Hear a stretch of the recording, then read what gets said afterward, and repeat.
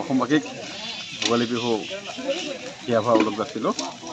আজি অসমীয়া পৰম্পৰা ৰক্ষা কৰি আমি যিহেতুকে বহুত দূৰত থাকোঁ, সকলোৱে ঘৰৰ পৰা দূৰণি থাকোঁ, গতিকে আমি ইয়াতে আমি থানাতেই মেজি জুই ধৰিছোঁ আৰু আমি বিহু পাতিছোঁ এনেকৈ, কাৰণ আমি ঘৰৰ পৰা বহুত দূৰত থাকোঁ সকলোৱে। গতিকে সমূহ যিমান থানা দূৰ দূৰণি মানুহ আছে, ইয়াতে ঘৰত যোৱা এটা পৰিৱেশ কোনো পোৱা নাই। গতিকে এই পৰিৱেশটো আমি ইয়াতে ঘৰৰ পৰিৱেশটো যাতে দিব পাৰোঁ সকলোকে, সেইকাৰণে আমি চেষ্টা কৰি এই বিহুটো পাতিছোঁ।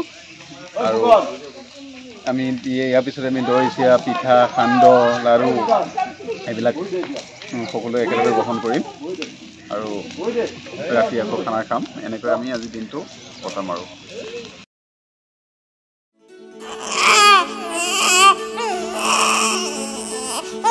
অভিনন্দন, আপোনাৰ এজনী ছোৱালী জন্ম হৈছে।